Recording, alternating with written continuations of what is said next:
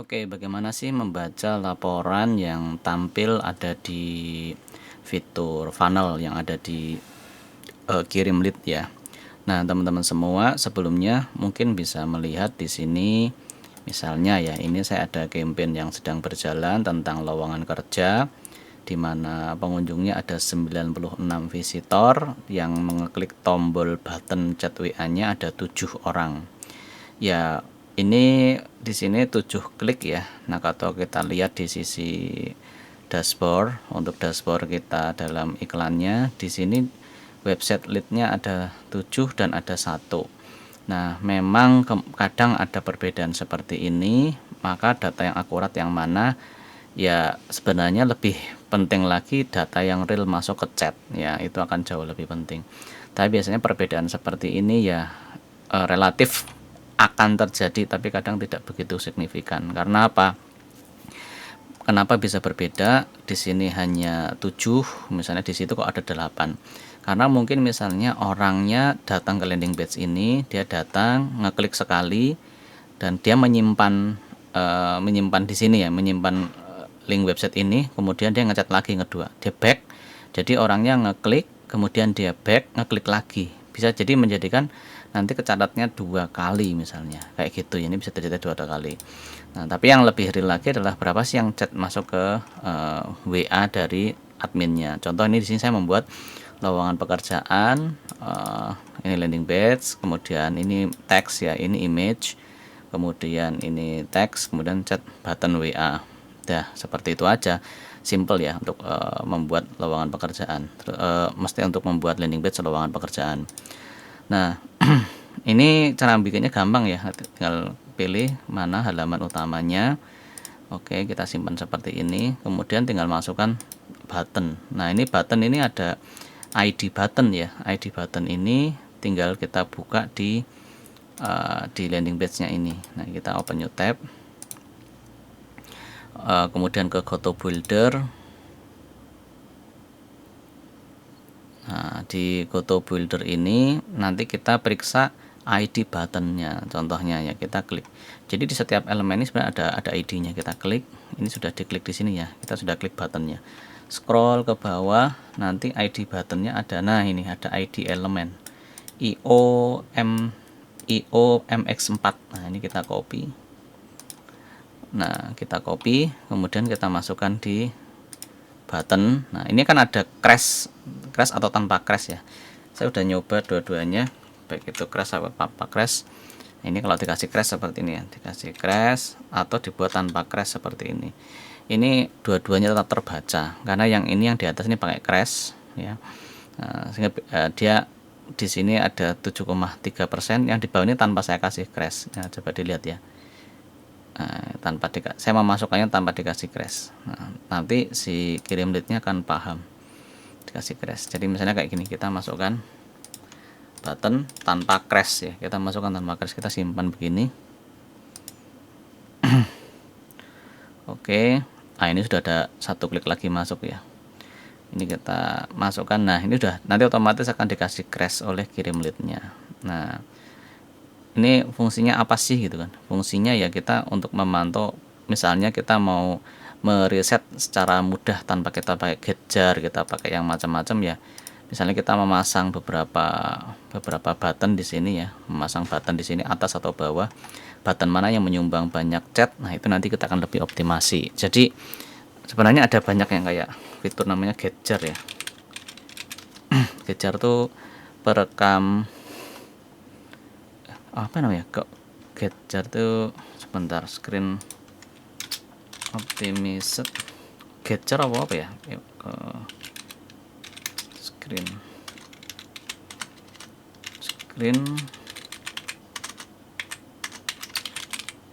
hot Hotjar namanya, head map ya, untuk head map ya. Jadi Hotjar ini, Hotjar ini kan sebenarnya untuk mengoptimasi ya, tombol ini sama ini lebih bagus mana, atau tombol di atas ini bagus mana ya, tanpa untuk kita memakai software yang mahal. Nah, ini sebenarnya untuk ini, untuk head map ya.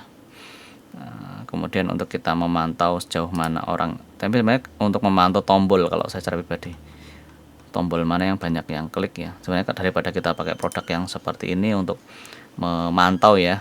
Ya sebenarnya bagus kalau punya biaya mempergunakan Hotjar ya. Tapi simple untuk analisis bisa pakai ini aja. Nah, oke. Ini yang pertama. Terus selanjutnya di sini kita mendapatkan data dari untuk landing page ini, dari landing page yang sudah kita iklankan ini. Nah, ini kan kita udah tahu trafficnya. Dia ada pengunjung 37. Nah, ini di landing page ini aja ya, bukan keseluruhan domain ya. Fokus, dan ini tanggalnya bisa kita pilih. Mau 7 hari terakhir, mau 30 hari terakhir, pengunjungnya ada berapa. Tanpa kita pasang Google Analytics dan sebagainya. Insya Allah kita dapat gambaran apakah iklannya ada ngirim traffic ke kita atau tidak, kita tahu. Oh, jadi iklannya sudah ngirim traffic sehari sebanyak misalnya 33, kemudian 27 gitu kan. Nah, ini dirinci pengunjung datang pakai Chrome ada 9, pakai Firefox ada 4, kemudian dari Safari ada 4, unidentified. Nah, di sini kita juga bisa lihat nih. Dari kunjungan Instagram ini 41. Nah, berarti traffic terbesar dari iklan yang kita keluarkan itu justru malah dari Instagram. Nah, dari Facebook, Samsung, kemudian mobile dari Chrome yang pakai Chrome. Nah, kemudian variabelnya yang pakai mobile itu 40, yang pakai desktop ada 19. Oke. Nah, saya iklannya kan iklan mobile ya. Kenapa ada pengunjung yang datang dari desktop? Nah, mungkin misalnya orangnya sudah nonton pakai mobile, kemudian dia buka pakai desktop, itu juga bisa gitu. Atau ada memang kitanya sendiri membuka pakai desktop ya, nanti masuk ke sini. Karena memang ini hanya statistik sederhana yang memang tidak ada untuk pengecualian bahwa traffic yang datang dari IP address kita sendiri akan di-exclude. Nah, kalau mau detail seperti itu ya pakai Google Analytics yang paling canggih ya, yang murah, gratis, dan lengkap ya. Tapi ini untuk jadi gambaran aja. Iklan kita tuh yang banyak dari mana? Dari Facebook malah cuma 7 kunjungan. Nah, kita bisa dapat gambaran, traffic paling banyak yang datang ke landing page kita dalam iklan ini malah justru dari Instagram. Maka ke depan kita bisa fokus aja iklan di area Instagram saja, misalnya kayak gitu ya. Terus kemudian di bagian bawah ini UTM source ya. Ini kalau teman-teman iklan kemudian menambahkan data UTM-nya, ini juga bisa baca UTM, medium, campaign, ID term, tinggal penggunaannya mau sedetail apa. Tapi ini untuk gambaran bahwa antara Facebook itu cuma 6 pengunjung, dari IG 38 pengunjung, dari thread itu 6. Bahkan thread dengan Facebook ini trafficnya untuk iklan saya di landing page ini kebetulan kok berimbang ya. Jadi thread ini juga termasuk yang menyumbang traffic juga. Kan baru-baru ini muncul ya di panel Google Ads tentang iklan di thread. Nah, ternyata juga ngirim traffic juga. Tapi terbesar justru malah dari Instagram. Nah, ini kan menjadi sebuah informasi. Lalu saya kebetulan membuat iklan ini dengan 2 bahasa Inggris sama bahasa Indonesia. Nah, kita lihat ya. Bagusan mana bahasa Inggris dengan bahasa Indonesia? Ini yang bahasa Indonesia. Lowongan kerja staf akuntansi. Nah, ini 28. Kemudian di sini lowongan staf accounting pakai bahasa Inggris. Nah, dari 2 traffic ini ternyata ya walaupun tidak signifikan ya, karena iklan baru berjalan berapa hari. Ini yang pakai bahasa Indonesia 28 ya, menghasilkan traffic 28 traffic kunjungan. 28 ini kemudian yang bahasa Inggris 33, ada selisih 6. Maka dari sini kita bisa lihat bahwa iklan yang bahasa Inggris direspon lebih baik dibandingkan yang bahasa Indonesia. Nah, kita cek di Ads Manager-nya ya. Nah, di Ads Manager ini kita juga lihat sama. Ini yang bahasa Inggris yang atas. Yang bawah ini loker Indo pakai bahasa Indonesia. Nah, ternyata direspon 7.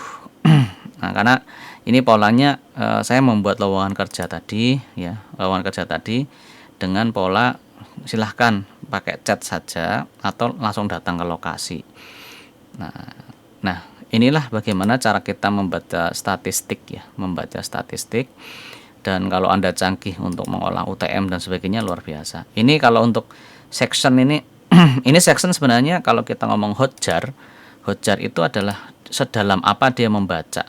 Jadi sedalam apa dia membaca berapa persen, itu bisa kita mainkan dari area section. Nah, section ini sebenarnya ada juga